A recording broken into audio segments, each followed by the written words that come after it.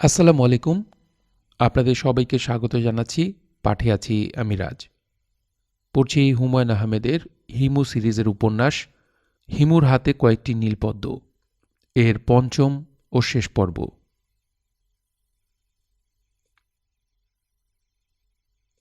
ফুপার বাড়িতে আজ উৎসব। বাদল তার কেরোসিন টিন ব্যবহার করতে পারেনি। তত্ত্বাবধায়ক সরকারের বিল পাশ হয়েছে। খালেদা জিয়া পদত্যাগ করেছেন। দুই দলের মর্যাদা বহাল আছে। দুদলই দাবি করছে তারা জিতেছে। দুদলই বিজয় মিছিল বের করেছে। সব খেলায় একজন জয়ী হন, অন্যজন পরাজিত হন। রাজনীতির খেলাতেই শুধুমাত্র দুটি দল একসঙ্গে জয়ী হতে পারে অথবা একসঙ্গে পরাজিত হয়। রাজনীতির খেলা বড়ই মজাদার খেলা। এই খেলায় অংশগ্রহণ তেমন আনন্দের না, দূর থেকে দেখার আনন্দ আছে। আমি গভীর আনন্দ নিয়ে খেলাটা দেখছি। শেষের দিকে খেলাটায় উৎসব ভাব এসে গেছে। ঢাকার মেয়র হানিফ সাহেব করেছেন জনতার মঞ্চ। সেখানে বক্তৃতার সঙ্গে গান বাজনা চলছে। খালেদা জিয়া তৈরি করেছেন গণতন্ত্র মঞ্চ। সেখানে গান বাজনা একটু কম, কারণ বেশিরভাগ শিল্পী জনতার মঞ্চে। তারা গান বাজনার অভাব বক্তৃতায় পুষিয়ে দেবার চেষ্টা করছেন। গণতন্ত্র মঞ্চ একটু বেকায়দা অবস্থায় আছে বলে মনে হচ্ছে, তেমন জমছে না। উদ্যোক্তারা একটু যেন বিমর্ষ। দুটি মঞ্চ থেকেই দাবি করা হচ্ছে আমরা ভারত বিরোধী। ভারত বিরোধিতা আমাদের রাজনীতির চালিকা শক্তি হিসেবে উঠে আসছে। ব্যাপারটা বোঝা যাচ্ছে না। আমাদের স্বাধীনতার জন্য তাদের সাহায্য নিতে হয়েছিল। এই কারণে কি আমরা কোনো হীনমন্যতায় ভুগছি? শুধুমাত্র হীনমন্যতায় ভুগলেই এইসব জটিলতা দেখা দেয়। এই হীনমন্যতা কাটানোর প্রধান উপায় জাতি হিসেবে মাথা উঁচু করে দাঁড়ানো। সবাই মিলে সেই চেষ্টাটা করা কি যায় না? আমাদের সারা দেশে অসংখ্য স্মৃতিস্তম্ভ আছে। যেসব ভারতীয় সৈন্য আমাদের স্বাধীনতার জন্য জীবন দিয়েছেন, তাদের জন্য আমরা কিন্তু কোনো স্মৃতিস্তম্ভ তৈরি করিনি। কেন করিনি? করলে কি জাতি হিসেবে আমরা ছোট হয়ে যাব? আমাদের কবি সাহিত্যিকরা স্বাধীনতা নিয়ে কত চমৎকার সব কবিতা, গল্প, উপন্যাস লিখলেন। সেখানে কোথাও বাংলাদেশের মুক্তিযুদ্ধে ভারতীয় সেনাবাহিনীদের অবদানের কথা উল্লেখ নেই। উল্লেখ করলে ভারতীয় দালাল আখ্যা পাবার আশঙ্কা। বাংলাদেশে এই রিস্ক নেওয়া যায় না। অন্য একটি দেশের স্বাধীনতার জন্য ওরা প্রাণ দিয়েছেন। এদের ছেলে মেয়ে স্ত্রীর কাছে অন্য দেশের স্বাধীনতা কোনো ব্যাপার না। স্বামীহারা স্ত্রী, পিতাহারা সন্তানদের অশ্রুর মূল্য আমরা দেব না? আমরা কি অকৃতজ্ঞ? বাংলাদেশের আদর্শ নাগরিক কি করবে? ভারতীয় কাপড় পরবে, ভারতীয় বই পড়বে, ভারতীয় ছবি দেখবে, ভারতীয় গান শুনবে, ছেলে মেয়ে পড়াতে পাঠাবে ভারতীয় স্কুল কলেজে, চিকিৎসার জন্য যাবে বোম্বাই, ভেলোর, এবং ভারতীয় গরু খেতে খেতে চোখ মুখ কুঁচকে বলবে শালার ইন্ডিয়া। দেশটাকে ভারতের খপ্পর থেকে বাঁচাতে হবে। আমার ফুপা মদের গ্লাস হাতে নিয়ে বিজ করে বললেন, বুঝলি হিমু, দেশটাকে ভারতের হাত থেকে বাঁচাতে হবে। এটা হচ্ছে রাইট টাইম। আমি বললাম, অবশ্যই। ইন্ডিয়ার দালাল দেশে যে কটা আছে সব কটাকে জুতা পেটা করা দরকার। আমি বললাম, অবশ্যই। দালালদের নিয়ে মিছিল করতে হবে। সবার গলায় থাকবে জুতার মালা। এত জুতা পাবেন কোথায়? জুতা পাওয়া যাবে, জুতা কোনো সমস্যা না। অবশ্যই। ফুপা অল্প সময় যে পরিমাণ মদ্যপান করেছেন তা তার জন্য বিপজ্জনক। তার আশেপাশে যারা আছে তাদের জন্য বিপজ্জনক। এই অবস্থায় ফুপার প্রতিটি কথাই অবশ্যই বলা ছাড়া উপায় নেই। আমরা বসেছি ছাদে। বাদল আগুনে আত্মাহুতি দিচ্ছে না, এই আনন্দ সেলিব্রেট করা হচ্ছে। ফুপা মদ্যপানের অনুমতি পেয়েছেন। ফুপু কঠিন গলায় বলে দিয়েছেন, শুধু 2 প্যাক খাবে, এর বেশি এক ফোঁটাও না। খবরদার। হিমু, তোর উপর দায়িত্ব, তুই চোখে চোখে রাখবি। আমি চোখে চোখে রাখার পরেও ফুপার এখন 7ম প্যাক যাচ্ছে। তার কথাবার্তা সবই এলোমেলো, একটু হিক্কার মতো উঠছে। বমি পর্ব শুরু হতে বেশি দেরি হবে না। হিমু। জি ফুপা। দেশটাকে আমাদের ঠিক করতে হবে হিমু। অবশ্যই। দেশমাতৃকা অনেক বড় ব্যাপার। জি, ঠিকই বলেছেন। দেশ পিতৃকা হলে দেশটাকে রসাতলে নিয়ে গেলেও কোনো ক্ষতি ছিল না। দেশ পিতৃকা আবার কি? ফাদারল্যান্ডের বাংলা অনুবাদ করলাম। ফাদারল্যান্ড কেন বলছিস? জন্মভূমি হল জননী। জননী জন্মভূমির স্বর্গাদপি করিয়সী। ফুপা, আর মদ্যপান করাটা বোধহয় ঠিক হচ্ছে না। খুব ঠিক হচ্ছে। তোর চেখে দেখার ইচ্ছা থাকলে চেখে দেখ, আমি কিছুই মনে করব না। এইসব ব্যাপারে আমি খুবই লিবারেল। আমার ইচ্ছা করছে না পুপা। ইচ্ছা না করলে থাক। খেতে হয় নিজের রুচিতে, পড়তে হয় অন্যের রুচিতে, ঠিক না? অবশ্যই ঠিক।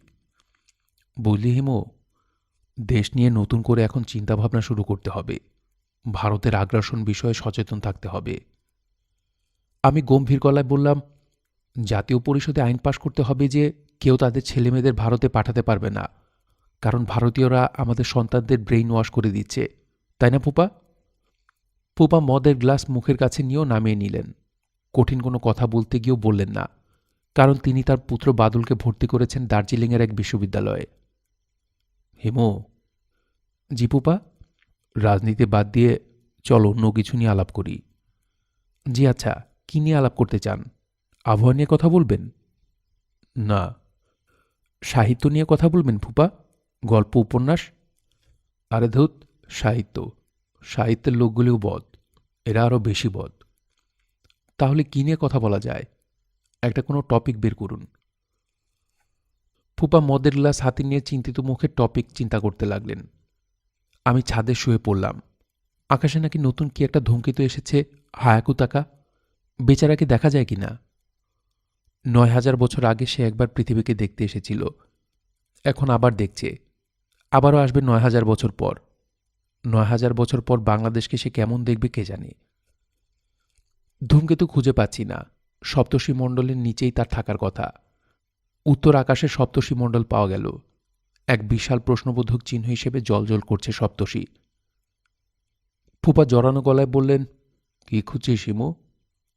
হায়াকুতাকাকে খুঁজছি। সে কে? ধূমকেতু। চাইনিজ ধূমকেতু নাকি? হায়াকুতাকা নামটা তো মনে হয় চাইনিজ। জাপানিজ নাম।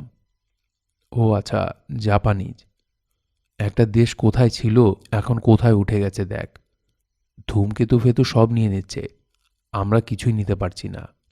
বঙ্গোপসাগরের তালপট্টি সেটাও চলে গেল। চলে গেল কিনা তুই বল হিমু। জি চলে গেছে।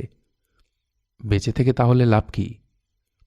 বেঁচে থাকলে আনন্দ করা যায়, মাঝে মধ্যে মদ্যপান করা যায়। এতে লিভারের ক্ষতি। তা হয়, পরিমিত খেলে হয় না। পরিমিত খেলে লিভার ভালো থাকে। ফুপার কথা আমি এখন আর শুনছি না। আমি ধূমকেতু খুঁজছি। ধূমকেতু আমার মতো পরিব্রাজক, সেও শুধুই হেঁটে বেড়ায়। আসগর সাহেব কেমন আছেন?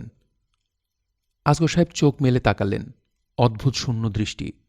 আমাকে চিনতে পারছেন বলে মনে হলো না। দেশ তো ঠিকঠাক হয়ে গেছে, আপনার অপারেশন কবে হবে? আজ সন্ধ্যায়। ভালো, খুব ভালো। হিমু ভাই। বলুন। আপনার চিঠির জন্য কাগজ কিনিয়েছি, কলম কিনিয়েছি, রেডিও বন্ড কাগজ, পার্কার কলম। কে কিনে দিল? একজন নার্স আছেন, সোমা নাম। তিনি আমাকে খুব স্নেহ করেন। তাকে বলেছিলাম, তিনি কিনেছেন। খুব ভালো হয়েছে। অপারেশন শেষ হোক, তারপর চিঠি লেখালেখি হবে। জি না। জি না মানে? আমি বাঁচব না হিমু ভাই। যা লেখার আজই লিখতে হবে।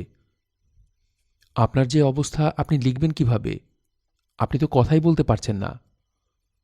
আসগর সাহেব যন্ত্রের মতো বললেন, যা লেখার আজই লিখতে হবে। তিনি মনে হলো ১০০ ভাগ নিশ্চিত অপারেশনের পরে তাকে আর পাওয়া যাবে না। বিদায়ের ঘণ্টা তিনি মনে হয় শুনতে পাচ্ছেন। হিমু ভাই। বলুন, শুনছি। আপনার জন্য কিছু করতে পারি নাই। চিঠিটাও যদি লিখতে না পারি, তাহলে মনে কষ্ট নিয়ে মারা যাব। মনে কষ্ট নিয়ে মরার দরকার নেই। নিন, চিঠি লিখুন। কলমে কালি আছে? জি, সব ঠিকঠাক করা আছে। হাতটা কাঁপে হিমু ভাই। লেখা ভালো হবে না। আমাকে একটু উঠিয়ে বসান। উঠে বসার দরকার নেই, শুয়ে শুয়ে লিখতে পারবেন। খুব সহজ চিঠি। একটা তারা আঁকুন, তারপর একটু গ্যাপ দিয়ে 4টা তারা, আবার 3টা। এইরকম দেখুন, আমি লিখে দিচ্ছি। একটা স্টার, তারপর 4টা স্টার, তারপর 3টে স্টার। আসগর সাহেব হতভম্ব হয়ে বললেন, এই সব কি? আমি হাসি মুখে বললাম, এটা একটা সাংকেতিক চিঠি। আমি মেয়েটার কাছ থেকে একটা সাংকেতিক চিঠি পেয়েছিলাম, কাজেই সাংকেতিক ভাষায় চিঠির জবাব। তারাগুলোর অর্থ কি? এর অর্থটা মজার। কেউ ইচ্ছা করলে এর অর্থ করবে আই লাভ ইউ। একটা তারা আই, চারটা তারা লাভ, আর তিনটা তারা হলো ইউ। আবার কেউ ইচ্ছা করলে অর্থ করতে পারে আই হেট ইউ। আজগর সাহেব কাঁপা কাঁপা হাতে স্টার রেখে দিলেন। আমি সেই তারকা চিহ্নের চিঠি পকেটে নিয়ে উঠে দাঁড়ালাম। আজগর সাহেবের দিকে তাকিয়ে সহজ গলায় বললাম, আপনার সঙ্গে তাহলে আর দেখা হচ্ছে না? জি না। মৃত্যু কখন হবে বলে আপনার ধারণা? আজগর সাহেব জবাব দিলেন না। আমি বললাম, রাতে একবার এসে খোঁজ নিয়ে যাব। মরে গেলে তো চলেই গেলেন, বেঁচে থাকলে কথা হবে। জি আচ্ছা। আর কিছু কি বলবেন? মৃত্যুর পর আত্মীয় স্বজনকে কিছু বলা কিংবা? মনসুরের পরিবারকে টাকাটা পাঠিয়ে দেবেন ভাই সাহেব। মনসুরের সে পরিবারের ঠিকানা দিয়ে গেছে। ঠিকানা কি? কাগজে লিখে রেখেছি। পোস্ট অফিসের কিছু কাগজ, পাসবই সব একটা বড় প্যাকেটে ভরে রেখে দিয়েছি। আপনার নামে অথরাইজেশন চিঠিও আছে। ও আচ্ছা, কাজকর্ম গুছিয়ে রেখেছেন? জি, যতদূর পেরেছি। অনেক দূর পেরেছেন বলেই তো মনে হচ্ছে। ফ্যাকড়া বাঁধিয়েছে মনসুর। সে যদি ভূত হয়ে সত্যি সত্যি তার পরিবারের ঠিকানা বলে দিয়ে যায়, তাহলে বিপদের কথা। কিসের বিপদ হিমু ভাই? তাহলে তো ভূত বিশ্বাস করতে হয়। রাত বিরাতে হাঁটি, কখন ভূতের খপ্পরে পড়ব। জগৎ বড় রহস্যময় হিমু ভাই। জগৎ মোটেই রহস্যময় না, মানুষের মাথাটা রহস্যময়। যা ঘটে মানুষের মাথার মধ্যে ঘটে। মনসুর এসেছিল আপনার মাথার ভেতর। আমার ধারণা সে তার পরিবারের ঠিকানা ঠিকই দিয়েছে। আপনার মাথা কিভাবে কিভাবে এই ঠিকানা বের করে ফেলেছে। আপনার কথা বুঝতে পারছি না হিমু ভাই। বুঝতে না পারলে কোনো অসুবিধা নেই। আমি নিজেও আমার সব কথা বুঝতে পারি না। আমি আসগর সাহেবের কাছ থেকে বিদায় নিয়ে চলে এলাম। গফুরের মেয়েটার সঙ্গে দুটা কথা বলার ইচ্ছা ছিল। মেয়েটাকে দেখলাম না। গফুর তার বিছানায় হা করে ঘুমাচ্ছে। তার মুখের উপর একটা মাছি ভনভন করছে। সেই মাছি তাড়াবার চেষ্টা করছে বয়স্ক এক মহিলা, সম্ভবত গফুরের স্ত্রী। স্বামীকে তিনি নির্বিঘ্নে ঘুমোতে দিতে চান। রিকশা নিয়ে নিলাম। মারিয়ার বাবাকে দেখতে যাব। 5 বছর পর ভদ্রলোককে দেখতে যাচ্ছি। এই 5 বছরে তিনি আমার কথা মনে করেছেন। আমি গ্রেফতার হয়েছি শুনে চিন্তিত হয়ে চারদিকে টেলিফোন করেছেন। আমি তার কথা মনে করিনি। আমি আমার বাবার কঠিন উপদেশ মনে রেখেছি। প্রিয় পুত্র, মানুষ মায়াবদ্ধ জীব। মায়ায় আবদ্ধ হওয়াই তাহার নিয়তি। তোমাকে আমি মায়ামুক্ত হওয়ার প্রক্রিয়ার ভিতর দিয়া বড় করিয়াছি। তারপরেও আমার ভয়, একদিন ভয়ঙ্কর কোনো মায়ায় তোমার সমস্ত বোধ, সমস্ত চেতনা আচ্ছন্ন হইবে। মায়া কূপ বিশেষ। সে কূপের গভীরতা মায়ায় যে আবদ্ধ হইবে, তাহার মনের গভীরতার উপর নির্ভরশীল।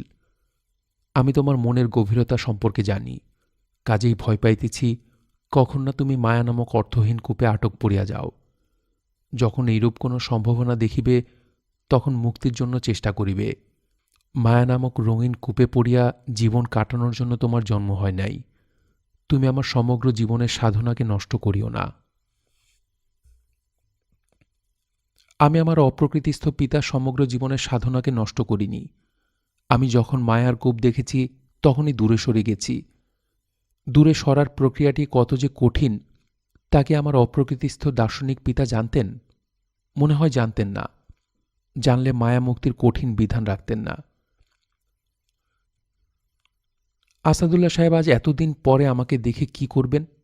খুব কি উল্লাস প্রকাশ করবেন? না, তা করবেন না। যেসব মানুষ সীমাহীন আবেগ নিয়ে জন্মেছেন, তারা কখনো তাদের আবেগ প্রকাশ করেন না। তাদের আচার আচরণ রোবটধর্মী। যারা পৃথিবীতে এসেছেন মধ্যম শ্রেণীর আবেগ নিয়ে, তাদের আবেগের প্রকাশ অতি তীব্র।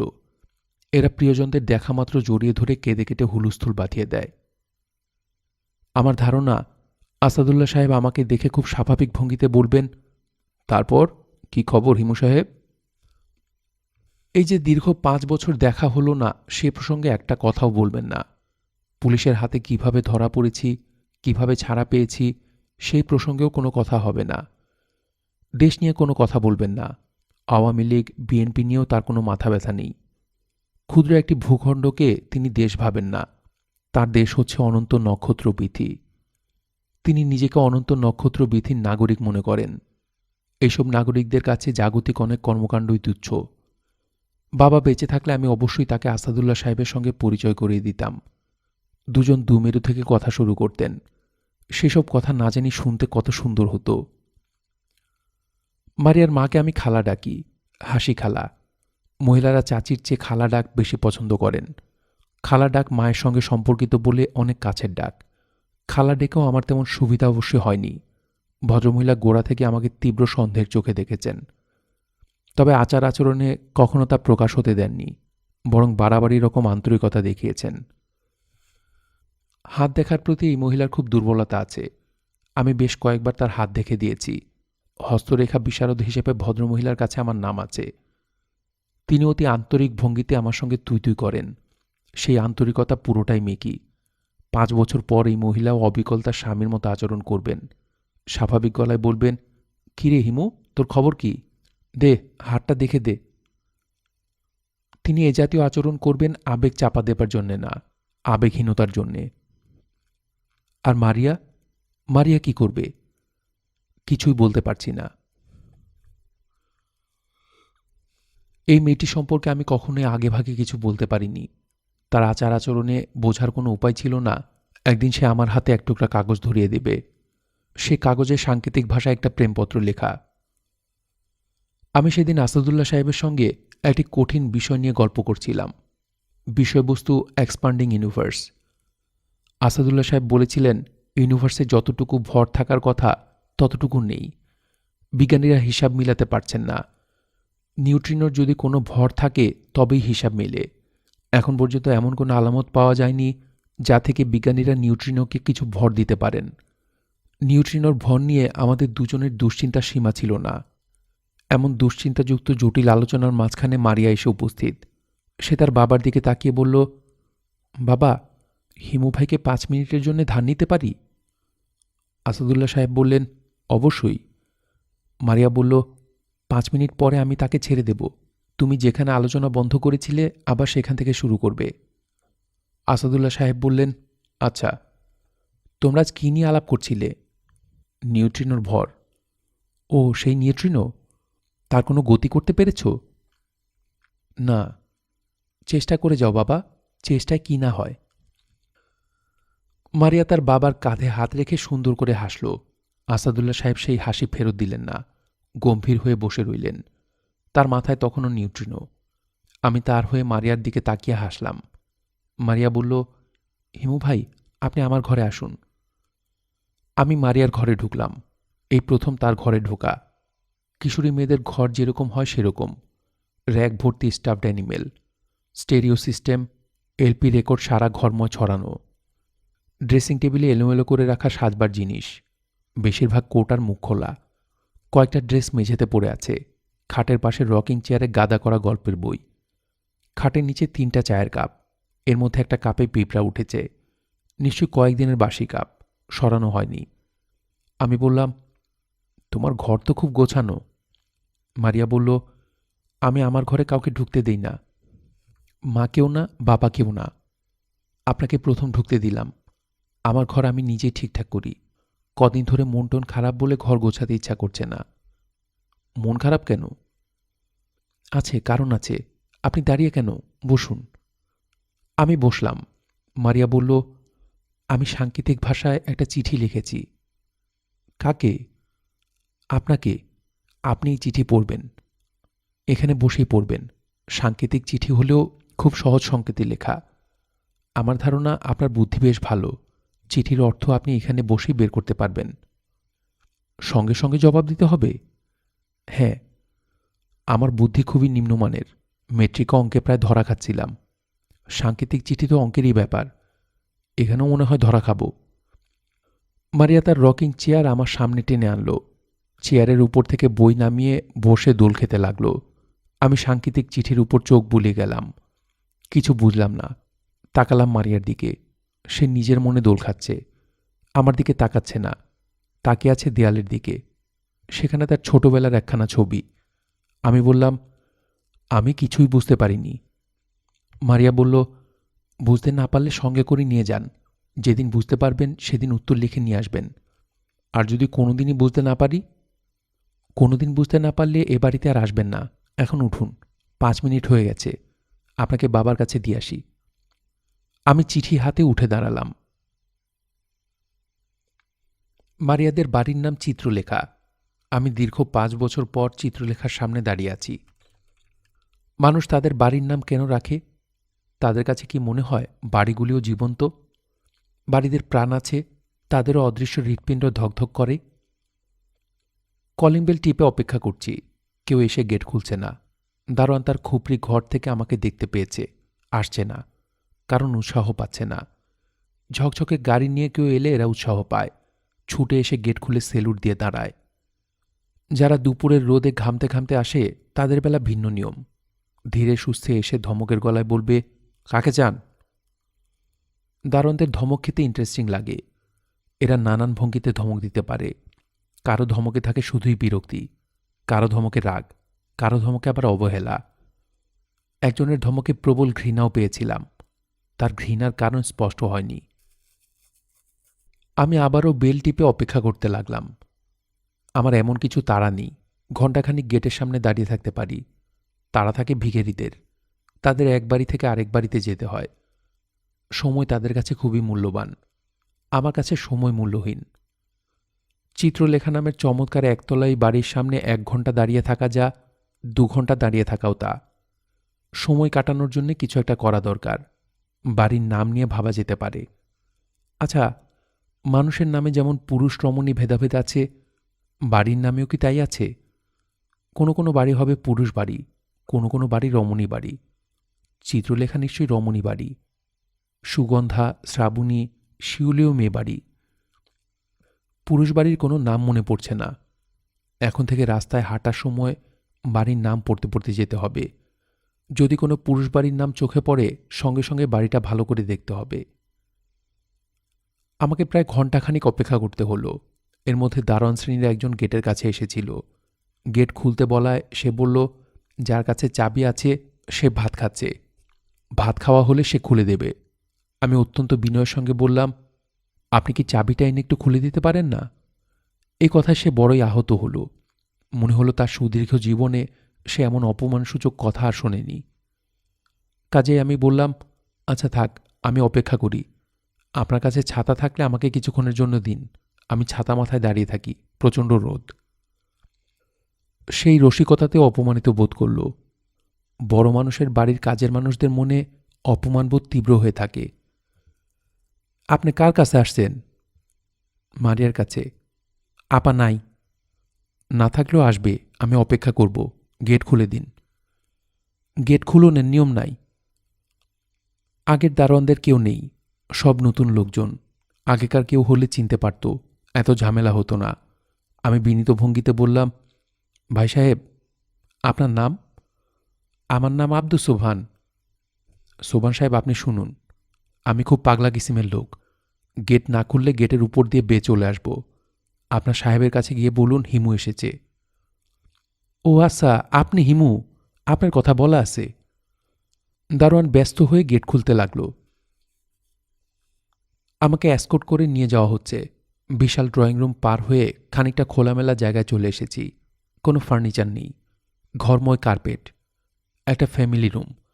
ফ্যামিলির সদস্যরা এই ঘরে গল্পগুজব করে, টিভি দেখে। যাদের ফ্যামিলি যত ছোট তাদের ফ্যামিলি রুমটা তত বিশাল। মারিয়াদের ড্রয়িং রুম আগের মতোই ছিল, তবে ফ্যামিলি রুমের সাজসজ্জা বদলেছে। প্রকাণ্ড একটা পিয়ানো দেখতে পাচ্ছি। পিয়ানো আগে ছিল না। পিয়ানো কে বাজায়? মারিয়া। ফ্যামিলি রুমে কার্পেটের উপর হাসি খালাকে বসে থাকতে দেখলাম। তিনি তার 2 হাত মেলে ধরেছেন। সেই হাতের নখে নেল পলিশ লাগাচ্ছেন সিরিয়াস চেহারার এক ভদ্রলোক। ভদ্রলোকের চোখে সোনালি চশমা, ফ্রেঞ্চ কাট দাড়ি। তিনি খুব একটা বাহারি পাঞ্জাবি পরে আছেন। ভদ্রলোক নিশ্চয়ই বিখ্যাত ও ক্ষমতাবানদের কেউ হবেন। এ বাড়িতে বিখ্যাত ও ক্ষমতাবান ছাড়া অন্য কারো প্রবেশাধিকার নেই। নেল পলিশ লাগানোর ব্যাপারে ভদ্রলোকের মনোযোগ দেখে মনে হচ্ছে কাজটা অত্যন্ত জটিল। হাসি খালাও নড়াচড়া করছেন না, স্থির হয়ে আছেন। হাসি খালা এক ঝলক আমার দিকে তাকিয়ে বললেন, হিমু, তোর খবর কি? কোনো খবর নেই। মারিয়া বলেছিল তুই আসবি। যে ভদ্রলোক নেল পলিশ লাগাচ্ছেন তিনি বিরক্ত গলায় বললেন, হাসি, নড়াচড়া করবে না, নড়লে আঙুল নড়ে যায়। আমি বললাম, খালা হচ্ছে কি?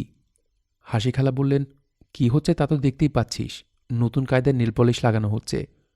নখের গোড়ায় কড়া লাল রং, আস্তে আস্তে নখের মাথায় এসে রং মিলিয়ে যাবে। জটিল ব্যাপার মনে হচ্ছে। জটিল তো বটেই, জিনিসটা দাঁড়ায় কেমন সেটা হচ্ছে কথা, এক ধরনের এক্সপেরিমেন্ট। ভদ্রলোক আরেকবার বিরক্ত গলায় বললেন, হাসি প্লিজ। আমি কিছুক্ষণ নেল পলিশ দেওয়া দেখলাম। গাঢ় লাল, হালকা লাল, সাদা, 3 রঙের কৌটা নেল পলিশ রিমুভার নিয়ে প্রায় হুলস্থুল ব্যাপার হচ্ছে।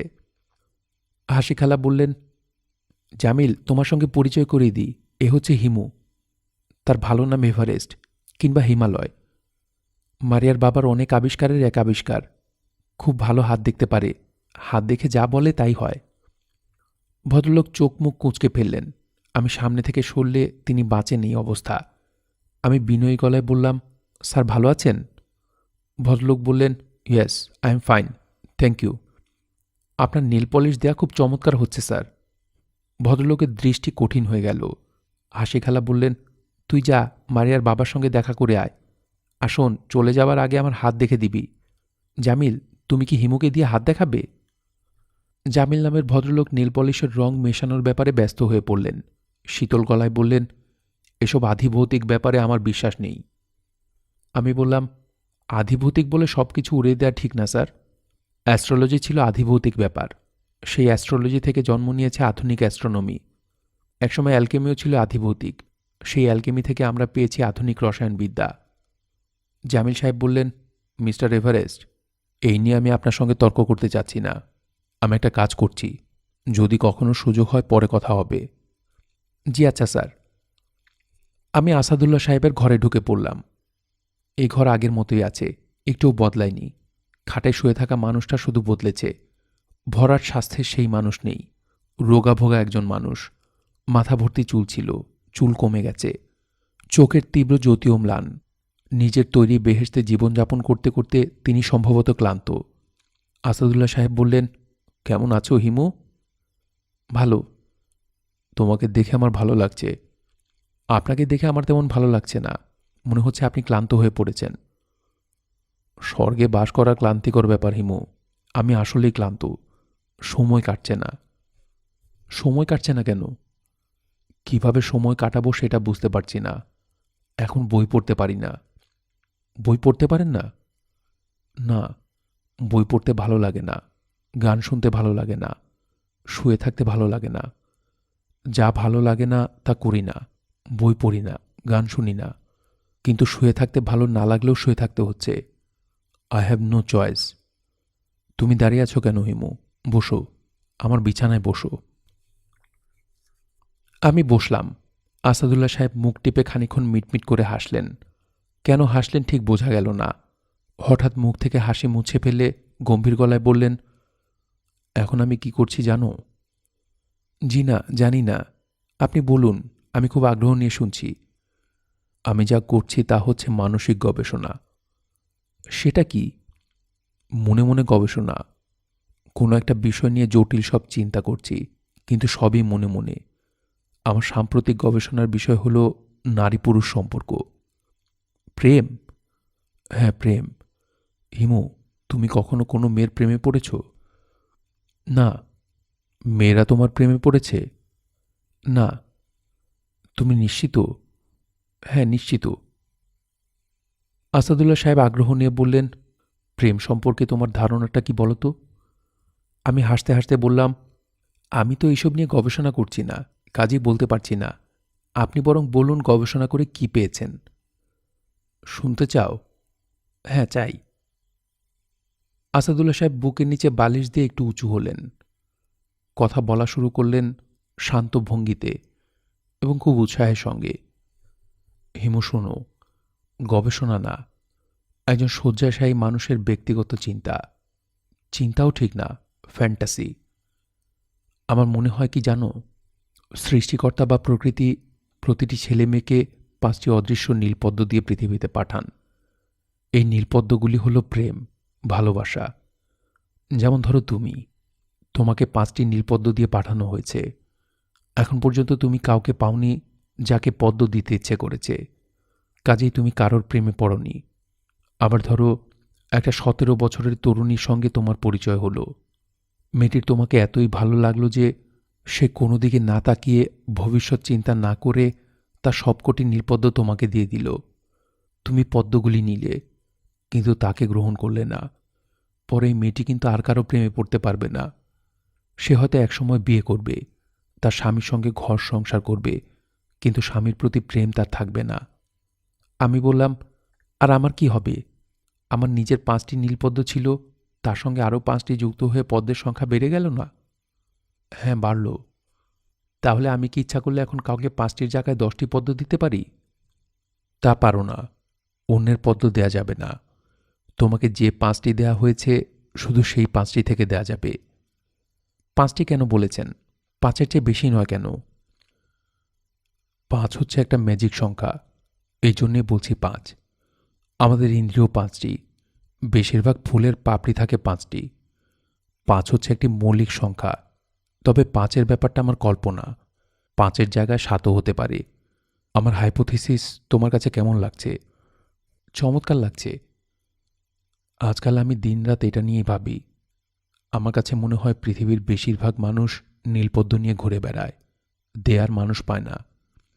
অনেকে হয়তো দিতেও চায় না। হ্যাঁ, তাও হতে পারে।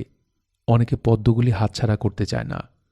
আবার এমনও হতে পারে পদ্মগুলি দেয়া হয় ভুল মানুষকে। যাকে দেয়া হলো সে পদ্মের মূল্যই বুঝল না। এ হচ্ছে আমার নীলপদ্ম থিওরি। তোমাকে বললাম, তুমি তো নানা জায়গায় ঘুরে বেড়াও, অনেকের সঙ্গে মেশো। আমার থিওরিটা পরীক্ষা করে দেখো। জি আচ্ছা, তবে আমার কি মনে হয় জানেন? আমার মনে হয় কিছু কিছু রহস্যময় ব্যাপার সম্পর্কে কোনো থিওরি না দেয়াই ভালো। থিওরি বা হাইপোথিসিস রহস্য নষ্ট করে। থাকুক না কিছু রহস্য। সন্ধ্যাবেলা সূর্য ডুবে, সকালে উঠে, কত রহস্যময় একটা ব্যাপার। কিন্তু পৃথিবীর আহ্নিক গতির জন্য এটা হচ্ছে, জানার পর আর রহস্য থাকে না। হিমু, তুমি কি জ্ঞানের বিপক্ষে? জি, জ্ঞান এক ধরনের বাধা, এক ধরনের অন্ধকার। কোনো বিষয় সম্পর্কে পূর্বজ্ঞান সেই বিষয়টি সম্পর্কে আমাদের দূরত্ব তৈরি করিয়ে দেয়। বুঝতে পারছি না। যেমন ধরুন আপনার নীলপদ্ম থিওরি, এটা জানার পর থেকে আমার কি হবে জানেন? কোনো মেয়ের সঙ্গে দেখা হলে আমি ভাবব, আচ্ছা, এই মেয়েটিকে কি নীলপদ্ম দেয়া যায়? দেয়া গেলে কটা দেয়া যায়? মেয়েটি তার নিজের নীলপদ্মগুলি কি করেছে? কাউকে দিয়ে ফেলেছে? আমার হাইপোথিসিস তুমি এত সিরিয়াসলি নিচ্ছ কেন? তোমাকে তো আগেই বলেছি, এসব আর কিছুই না, একজন অসুস্থ শয্যাশায়ী মানুষের ব্যক্তিগত প্রলাপ। আসাদুল্লাহ সাহেব হাত বাড়িয়ে সিগারেট নিলেন। সিগারেট ধরিয়ে চিন্তিত মুখে টানতে লাগলেন। আমি বললাম, আপনি ক্লান্ত হয়ে পড়েছেন, আজ আমি আসি। আসাদুল্লাহ সাহেব বললেন, তোমার কি মারিয়ার সঙ্গে দেখা হয়েছে? জি না। মারিয়া বাসাতেই আছে, নিজের ঘরে বসে আছে। ও কারো সঙ্গেই দেখা করে না, কথা বলে না, এমনকি আমার সঙ্গেও না। তাই নাকি? তুমি যাবার আগে অবশ্যই তার সঙ্গে দেখা করে যাবে। কারো সঙ্গে যখন দেখা করে না, আমার সঙ্গেও করবে না। আসাদুল্লাহ সাহেব হাসলেন, পুরনো দিনের সেই চমৎকার হাসি। আমি চমকে উঠলাম। হিমু। জি? আমি আমার নীলপদ্ম থিওরি মারিয়াকে দেখে দেখে তৈরি করেছি। মারিয়া তার জীবনের প্রথম প্রেমপত্রটি তোমাকে লেখে, খুব অল্প বয়সে লেখে। কাজে আমার থিওরি অনুযায়ী তার সবকটা নীলপদ্ম তোমার কাছে। চিঠি লেখার ব্যাপারটা আপনি জানেন? হ্যাঁ, জানি। আমার মেয়ের সঙ্গে আমার চুক্তি ছিল, সে তার জীবনের প্রথম প্রেমপত্রটি আমাকে দেখিয়ে লিখবে। মারিয়া চুক্তি রক্ষা করেছে, আমাকে চিঠিটা দেখিয়েছে। তবে আমি যেন বুঝতে না পারি, সেজন্য ছেলে মানুষ এক সাংকেতিক ভাষা ব্যবহার করেছে। আপনি সেই সাংকেতিক চিঠির অর্থ সঙ্গে সঙ্গে বুঝে ফেলেছেন? অবশ্যই, তবে ভান করেছি বুঝতে পারিনি। মারিয়া সেই চিঠি কাকে লিখেছিল তা কি আপনাকে বলেছে? না, তবে অনুমান করেছি। আমার অনুমান শক্তি খারাপ না। হিমু শোনো, আমার মেয়েটা পড়াশোনার জন্য ইংল্যান্ডে চলে যাচ্ছে। আমি নিজেই জোর করে পাঠিয়ে দিচ্ছি। মনের যে শক্তি মানুষকে চালিত করে, আমার মেয়েটার মনের সেই শক্তি নষ্ট হয়ে গেছে। ওকে সেই শক্তি ফেরত দেওয়া আমার পক্ষে সম্ভব হচ্ছে না। কাজটা আমি তোমাকে দিয়ে করাতে চাই, এই জন্যই তোমাকে এত ব্যস্ত হয়ে খুঁজছি। মনের শক্তি জোগানোর কাজটা আপনি করতে পারছেন না কেন? আমার উপর মেয়েটির যে বিশ্বাস ছিল সেই বিশ্বাস নষ্ট হয়ে গেছে। কেন? আসাদুল্লাহ সাহেব আরেকটা সিগারেট ধরালেন। সিগারেটে লম্বা টান দিয়ে বললেন, তুমি কি লক্ষ্য করেছ মারিয়ার মার নখে এক ভদ্রলোক নেলপলিশ লাগাচ্ছেন? হ্যাঁ, লক্ষ্য করেছি। নেলপলিশের এই এক্সপেরিমেন্ট অনেকদিন ধরেই করা হচ্ছে। মারিয়ার মা ওই ভদ্রলোকের প্রেমে পড়েছে। তারা শিগগিরই বিয়ে করবে। আমি সব জেনেও কিছু বলছি না। মারিয়া এতেও আহত হয়েছে। জীবনে সে বড় ধরনের ধাক্কা খেয়েছে। আমাকে কি করতে বলেন? ওকে জীবনের জটিলতার অংশটার কথা বুঝিয়ে বলো। ও তোমার কথা শুনবে, কারণ ওর নীলপদ্মগুলি তোমার কাছে। মারিয়া বলল, বসুন। তার চোখ মুখ কঠিন, তবু মনে হলো সেই কাঠিন্যের আড়ালে চাপা হাসি ঝিকমিক করছে। সে সুন্দর একটা শাড়ি পরেছে, চাপা রঙের শাড়ি। রংটা এমন যে মনে হচ্ছে ঘরে চাপা ফুলের গন্ধ পাচ্ছি। গলায় লাল পাথর, চুনি নিশ্চয়ই না, চুনি এত বড় হয় না। রকিং চেয়ারে আরাম করে বসে দোল খেতে খেতে কথা বলুন। বাবা আপনাকে আমার কাছে পাঠিয়েছেন, তাই তো? আমি দোল খেতে খেতে বললাম, হ্যাঁ। বাবার ধারণা আমার মন খুব অশান্ত। সেই অশান্ত মন শান্ত করা সোনার কাঠি আপনার কাছে, তাই না? এরকম ধারণা ওনার আছে বলেই তো মনে হচ্ছে। এরকম অদ্ভুত ধারণার কারণ জানেন? না, কারণটা আপনাকে বলি। অ্যাক্সিডেন্টের পর বাবা মানসিক দিক থেকে পুরোপুরি বিপর্যস্ত হয়ে পড়েছিলেন। তখন আপনি তাকে কিছু কথা বলেন, তাতে তার মন শান্ত হয়। সেই থেকেই বাবার ধারণা হয়েছে মন শান্ত করার মতো কথা আপনি বলতে পারেন। ভালো কথা, বাবাকে আপনি কি বলেছিলেন? আমার মনে নেই। উদ্ভট কথাবার্তা তো আমি সবসময় বলি। তাকেও মনে হয় উদ্ভট কিছুই বলেছিলাম। আমাকেও তাহলে উদ্ভট কিছু বলবেন? তোমাকে উদ্ভট কিছু বলবো না। তুমি আমাকে যে চিঠি লিখেছিলে আমি তার জবাব লিখে এনেছি, সাংকেতিক ভাষায় লিখে এনেছি। মারিয়া হাত বাড়ালো। তার চোখে চাপা কৌতুক ঝকমক করছে। মনে হচ্ছে যে কোনো মুহূর্তে সে খিলখিল করে হেসে ফেলবে, যেন সে অনেক কষ্টে হাসি থামাচ্ছে। সাংকেতিক চিঠিটায় কি লেখা পড়তে পারছ? পারছি। এখানে লেখা I hate you. I love you তো হতে পারে। সংকেতের ব্যাখ্যা সবাই তার নিজের মতো করে, আমিও তাই করলাম। আপনার আটটা তারার অনেক মানে করা যায়, যেমন I want you, I miss you, I lost you. আমি আমার পছন্দ মতো একটা বেছে নিলাম। মারিয়া, তোমার এই ঘরে কি সিগারেট খাওয়া যায়? যায় না, কিন্তু আপনি খেতে পারেন। আমি সিগারেট ধরাতে ধরাতে বললাম, তুমি কি তোমার বাবার নীলপদ্মের থিওরির কথা জানো? মারিয়া এবার হেসে ফেলল, কিশোরীর সহজ স্বচ্ছ হাসি। হাসতে হাসতে বলল, আজগুবি থিওরি, আজগুবি এবং হাস্যকর। হাস্যকর বলছো কেন?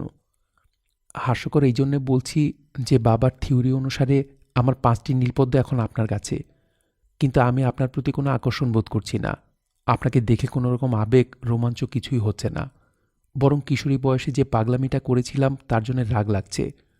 বাবার থিওরি ঠিক থাকলে কিশোরী বয়সের পাগলামির জন্য এখন রাগ লাগতো না।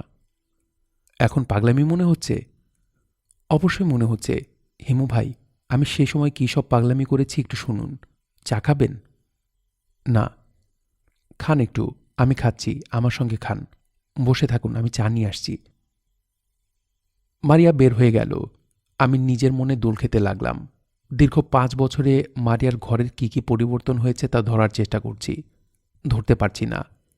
একবার মনে হচ্ছে ঘরটা ঠিক আগের মতো আছে, আবার মনে হচ্ছে একেবারেই আগের মতো নেই, সব বদলে গেছে। মারিয়ার ছোটবেলাকার ছবিটা শুধু আছে, ছবি বদলায় না। মারিয়ার ট্রেতে করে মগ ভর্তি 2 মগ চা নিয়ে ঢুকল। কোনো কারণে সে বোধহয় খুব হেসেছে, তার ঠোঁটে হাসি লেগে আছে। হিমু ভাই, চা নিন। আমি চা নিলাম। মারিয়া হাসতে হাসতে বলল, জামিল চাচার সঙ্গে কি আপনার দেখা হয়েছে? নকশিল্পী? হ্যাঁ, নকশিল্পী। মার নখের শিল্পকর্ম তিনি কিছুক্ষণ আগে শেষ করেছেন। মা সেই শিল্পকর্ম দেখে বিস্ময়ে অভিভূত। খুব সুন্দর হয়েছে? দেখে মনে হচ্ছে নখে ঘা হয়েছে, রক্ত পড়ছে। মাকে এই কথা বলায় মা খুব রাগ করল। মার রাগ দেখে আমার হাসি পেয়ে গেল। মা যত রাগ করে আমি তত হাসি। হাসতে হাসতে চোখে পানি এসে গেছে। চায় চিনি টিনি সব ঠিক হয়েছে? হয়েছে। বাবার সঙ্গে মার কিভাবে বিয়ে হয়েছিল সেটা আপনি জানেন? না, জানি না। ওই গল্প থাক, তোমার গল্পটা বলো। কিশোরী বয়সে কি পাগলামি করলে? আমার গল্পটা বলছি, কিন্তু মার গল্পটা না শুনলে আমারটা বুঝতে পারবেন না। মা হচ্ছেন বাবার খালাতো বোন। মা যখন ইন্টারমিডিয়েটে পড়তেন তখন বাবার জন্য মার মাথা খারাপের মতো হয়ে গেল। বলা চলে পুরো উন্মাদিনী অবস্থা। বাবা সেই অবস্থাকে তেমন পাত্তা দিলেন না। মা কিছু ডেসপারেট মুভ নিলেন, তাতেও লাভ হলো না। শেষে একদিন বাবাকে দীর্ঘ একটা চিঠি লিখে সিনেমার প্রেমিকাদের মতো একগাদা ঘুমের ওষুধ খেয়ে ফেললেন। মার জীবন সংশয় হলো, এখন মরে তখন মরে অবস্থা। বাবা হাসপাতালে মাকে দেখতে গেলেন। মার অবস্থা দেখে তার করুণা হলো। বাবা হাসপাতালেই ঘোষণা করলেন, মেয়েটা যদি বাঁচে তাকে বিয়ে করতে আমার কোনো আপত্তি নেই। মা বেঁচে গেলেন, তাদের বিয়ে হলো। গল্পটা কেমন? ইন্টারেস্টিং। ইন্টারেস্টিং না, সিনেম্যাটিক। Classical love story. প্রেমিকাকে না পেয়ে আত্মহননের চেষ্টা। এখন হিমু ভাই, আসুন মার ক্ষেত্রে বাবার নীলপদ্ম থিওরি অ্যাপ্লাই করি। থিওরি অনুযায়ী মা তার নীলপদ্মগুলি বাবাকে দিয়েছিলেন, সবকটা দিয়ে দিয়েছিলেন। তাই যদি হয়, তাহলে পড়ন্ত যৌবনে মা জামিল চাচাকে দেওয়ার জন্য নীলপদ্ম কোথায় পেলেন? জামিল চাচা বিবাহিত একজন মানুষ, তার বড় মেয়ে মেডিকেলে পড়ছে। তিনি যখন তখন এ বাড়িতে আসেন। মার শোবার ঘরে দুজনে বসে ঘন্টার পর ঘন্টা গল্প করেন। শোবার ঘরের দরজাটা তারা পুরোপুরি বন্ধ করেন না, আবার খোলাও রাখেন না, সামান্য ফাঁক করে রাখেন। মজার ব্যাপার না? আমি কিছুই বললাম না। আরেকটা সিগারেট ধরিয়ে মারিয়ার হাসি হাসি মুখের দিকে তাকিয়ে রইলাম। হিমু ভাই, বলো, বাবার নীলপদ্ম বিষয়ক হাস্যকর ছেলেমানুষের থিওরির কথা আমাকে বলবেন না। আচ্ছা, বলবো না। প্রেম নিতান্তই জৈবিক একটা ব্যাপার। নীলপদ্ম বলে একে মহিমান্বিত করার কিছু নেই, তাও স্বীকার করছি। হিমু ভাই, আপনি এখন বিদায় হন। আপনার চা আশা করি শেষ হয়েছে। হ্যাঁ, চা শেষ। আমাকে নিয়ে বাবার দুশ্চিন্তা করার কিছু নেই। বাবার কাছে শুনেছেন নিশ্চয়ই, আমি বাইরে পড়তে চলে যাচ্ছি। এখানকার কোনো কিছু নিয়েই আমার আর মাথা ব্যথা নেই। বাবা সময় কাটছে না, সেটা তার ব্যাপার। আমি দেখব আমার নিজের জীবন, আমার ক্যারিয়ার। খুবই ভালো কথা। আমি উঠে দাঁড়ালাম। মারিয়া বলল, ও আচ্ছা, আরও কয়েক মিনিট বসুন। আপনাকে নিয়ে কী সব পাগলামি করেছি তা বলিনি। আপনার শোনার শখ ছিল। আমি বসলাম। মারিয়া আমার দিকে একটু ঝুঁকে এলো। দামি কোনো পারফিউম সে গায়ে দিয়েছে। পারফিউমের হালকা সুবাস পাচ্ছি। হালকা হলেও সৌরভ নিজেকে জানান দিচ্ছে কঠিনভাবেই। মাথার উপরে ফ্যান ঘুরছে। মারিয়ার চুল খোলা। এই খোলা চুল ফ্যানের বাতাসে উঠছে। কিছু এসে পড়ছে আমার মুখে। ভয়াবহ সুন্দর একটি দৃশ্য। হিমু ভাই, বলো। একটা সময় আমি পাগলের মতো হয়ে গিয়েছিলাম। ভয়ঙ্কর কষ্টের কিছু সময় পার করেছি। রাতে ঘুমোতো না। রাতের পর রাত জেগে থাকার জন্যই হয়তো মাথাটা খানিকটা এলোমেলো হয়ে গিয়েছিল। অদ্ভুত অদ্ভুত সব ব্যাপার হতো, অনেকটা হ্যালুসিনেশনের মতো। মনে করুন পড়তে বসেছি, হঠাৎ মনে হলো আপনি পেছনে এসে দাঁড়িয়েছেন। আমার বইয়ে আপনার ছায়া পড়েছে। তখন বুক ধুকধুক করতে থাকত। চমকে পিছনে তাকিয়ে দেখতাম কেউ নেই। আপনাকে তখন চিঠিটা লিখি, আপনি তার জবাব দেননি। আমাদের বাড়িতে আর আসেননি। না এসে ভালোই করেছি। তোমার সাময়িক আবেগ যথাসময়ে কেটে গেছে। তুমি ভুল ধরতে পেরেছ। হ্যাঁ, তা পেরেছি। ওই সময়টা ভয়ঙ্কর কষ্টে গেছে। রোজ ভাবতাম আজ আপনি আসবেন। আপনি আসেননি। আপনার কোনো ঠিকানা নেই আমাদের কাছে যে আপনাকে খুঁজে বের করব। আমার সে বছর এ লেভেল পরীক্ষা দেবার কথা ছিল। আমার পরীক্ষা দেয়া হয়নি। প্রথমত বই নিয়ে বসতে পারতাম না। দ্বিতীয়ত আমার মনে হতো আমি পরীক্ষা দিতে যাব আর আপনি এসে আমাকে না পেয়ে ফিরে যাবেন। আমি রোজ রাতে দরজা বন্ধ করে কাঁদতাম। বলতে বলতে মারিয়া হাসল, কিন্তু তার চোখে অনেক দিন আগের কান্নার ছায়া পড়ল। এই ছায়া সে হাসি দিয়ে ঢাকতে পারল না। আমি বললাম, তারপরেও তুমি বলছো নীলপদ্ম কিছু না, পুরো ব্যাপারটাই জৈবিক? হ্যাঁ, বলছি। তখন বয়স অল্প ছিল, তখন বুঝতে পারিনি। এখন বুঝছি। চারপাশে কি ঘটছে তা দেখে শিখছি। আমি উঠে দাঁড়াতে দাঁড়াতে বললাম, তোমাকে কষ্ট দেওয়ার জন্য খুবই দুঃখিত। চলে যাচ্ছেন? হ্যাঁ। আপনার চিঠি নিয়ে যান। ৮ তারার চিঠি। এই হাস্যকর চিঠির আমার দরকার নেই। আমি চিঠি নিয়ে পকেটে রাখলাম। সঙ্গে সঙ্গে মনে হলো আসাদুল্লাহ সাহেবের নীলপদ্ম থিওরি ঠিক আছে। এই তরুণী তার সমস্ত নীলপদ্ম হিমু নামের এক ছেলের হাতে তুলে দিয়ে তীব্র কষ্ট যন্ত্রণার ভেতর বাস করছে। এই যন্ত্রণা, এই কষ্ট থেকে তার মুক্তি নেই। আমি তাকালাম মারিয়ার দিকে। সে এখন মাথা নিচু করে বসে আছে, তার মুখ দেখা যাচ্ছে না। অশ্রু গোপন করার জন্য মেয়েরা ওই ভঙ্গিটা মাঝে মাঝে ব্যবহার করে। মারিয়া, জি, ভালো থেকো। আমি ভালোই থাকব। যাচ্ছি, কেমন?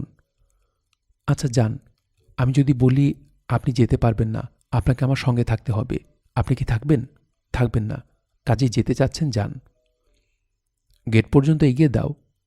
না। ও আচ্ছা, আমার হাতটা দেখে দিয়ে যান, আমার ভবিষ্যৎটা কেমন হবে বলে দিয়ে যান। মারিয়া তার হাত এগিয়ে দিল। মারিয়ার হাত দেখার জন্য আমি আবার বসলাম। খুব ভালো করে দেখবেন, বানিয়ে বানিয়ে বলবেন না। তোমার খুব সুখের সংসার হবে, স্বামী স্ত্রী এবং একটি কন্যার অপূর্ব সংসার। কন্যাটির নাম তুমি রাখবে চিত্রলেখা। মারিয়া খিলখিল করে হাসতে হাসতে হাত টেনে নিয়ে গম্ভীর গলায় বলল, থাক, আপনাকে আর হাত দেখতে হবে না, বানিয়ে বানিয়ে উদ্ভট কথা। আমি আমার মেয়ের নাম চিত্রলেখা রাখতে যাব কেন? দেশের নামের আকাল পড়েছে যে বাড়ির নামে মেয়ের নাম রাখব? যাই হোক, আমি অবশ্যই ভবিষ্যৎ জানার জন্য আপনাকে হাত দেখতে দিইনি। আমি আপনার হাত কিছুক্ষণের জন্য ধরতে চাচ্ছিলাম। এমনিতে তো আপনি আমার হাত ধরবেন না, কাজে অজুহাত তৈরি করলাম। হেমু ভাই, আপনি এখন যান, প্রচণ্ড রোদ উঠেছে, রোদে আপনার বিখ্যাত হাঁটা শুরু করুন। মারিয়ার গলা ধরে এসেছে, সে আবার মাথা নিচু করে ফেলেছে। কয়েক মুহূর্তের জন্যে আমার ভেতরে এক ধরনের বিভ্রম তৈরি হলো। মনে হলো আমার আর হাঁটার প্রয়োজন নেই। মহাপুরুষ না, সাধারণ মানুষ হয়ে মমতাময়ী এই তরুণীর পাশে এসে বসি। যে নীলপদ্ম হাতে নিয়ে জীবন শুরু করেছিলাম, সেই নীলপদ্মগুলি তার হাতে তুলে দিই। তারপরে মনে হলো, এ আমি কি করতে যাচ্ছি? আমি হিমু, হিমালয়। মারিয়া বলেছিল সে গেট পর্যন্ত আমাকে এগিয়ে দিতে আসবে না, কিন্তু সে এসেছে, গেট ধরে দাঁড়িয়ে আছে। ঘরের ভেতর মনে হচ্ছিল মারিয়া চাপা রঙের শাড়ি পরে আছে, এখন দেখি শাড়ির রং নীল। রোদের আলোয় রং বদলে গেল, নাকি প্রকৃতি আমার ভেতর বিভ্রম তৈরি করা শুরু করেছে? হিমু ভাই, বলো, যাবার আগে আপনি কি বলে যাবেন আপনি কে? আমি বললাম, মারিয়া, আমি কেউ না, আই এম নোবডি। আমি আমার এক জীবনে অনেককে এই কথা বলেছি, কখনো গলা ধরে যায়নি বা চোখ ভেজে ওঠেনি। দুটা ব্যাপারেই প্রথম ঘটল। মারিয়া হাসি মুখে আমার দিকে তাকিয়ে আছে। প্রচণ্ড রোদে আমি হাঁটছি, গা ঘামে ভিজে চপচপে হয়ে গেছে। বড় রাস্তায় এসে জ্যামের ভিতর পড়লাম। কার যেন বিজয় মিছিল বের করেছে, জাতীয় পার্টির মিছিল। ব্যানারে এরশাদ সাহেবের ছবি আছে।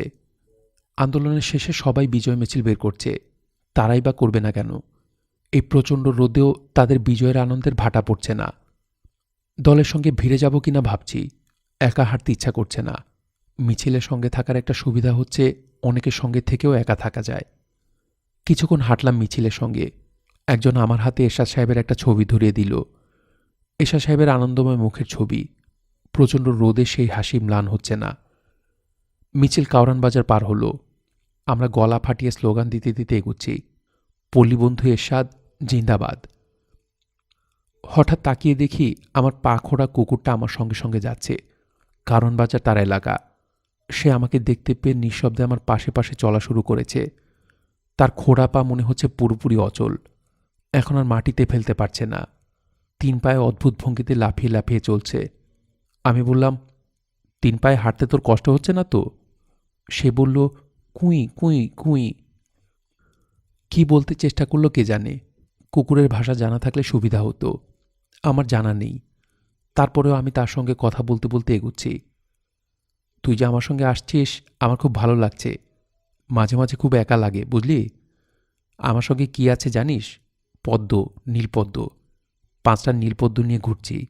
কি অপূর্ব পদ্ম, কাউকে দিতে পারছি না, দেয়া সম্ভব নয়। হিমুরা কাউকে নীলপদ্ম দিতে পারে না। চৈত্রের রোদ বাড়ছে। রোদটাকে আমি জ্যোৎস্না বানানোর চেষ্টা করছি। বানানো খুব সহজ, শুধু ভাবতে হবে আজ গৃহত্যাগী জ্যোৎস্না উঠেছে, চারিদিকে থই থই করছে জ্যোৎস্না। ভাবতে ভাবতেই একসময় রোদটাকে জ্যোৎস্নার মতো মনে হতে থাকবে। আজ অনেক চেষ্টা করেও তা পারছি না। ক্লান্তিহীন হাঁটা হেঁটেই যাচ্ছি, হেঁটেই যাচ্ছি।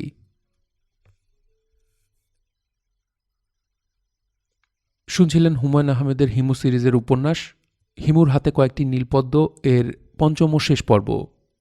উপন্যাসটি আপনাদের কাছে কেমন লাগলো তা আপনারা কমেন্টের মাধ্যমে আমাদেরকে জানতে পারেন। ভালো লাগলে লাইক করুন, শেয়ার করুন। আপনাদের জন্য আমাদের নতুন আয়োজন গল্পতরু হরর। যারা ভৌতিক গল্প শুনতে পছন্দ করেন তারা অবশ্যই আমাদের গল্পতরু হরর চ্যানেলটি সাবস্ক্রাইব করবেন। চ্যানেলটির লিঙ্ক আমরা ডিসক্রিপশন বক্সে দিয়ে রেখেছি এবং স্ক্রিনেও উঠে যাবে। আপনাদের কাছে অনুরোধ থাকলো আপনারা অবশ্যই চ্যানেলটি সাবস্ক্রাইব করবেন। সবাই ভালো থাকবেন, সুস্থ থাকবেন এবং গল্পতরুর সঙ্গেই থাকবেন। ধন্যবাদ।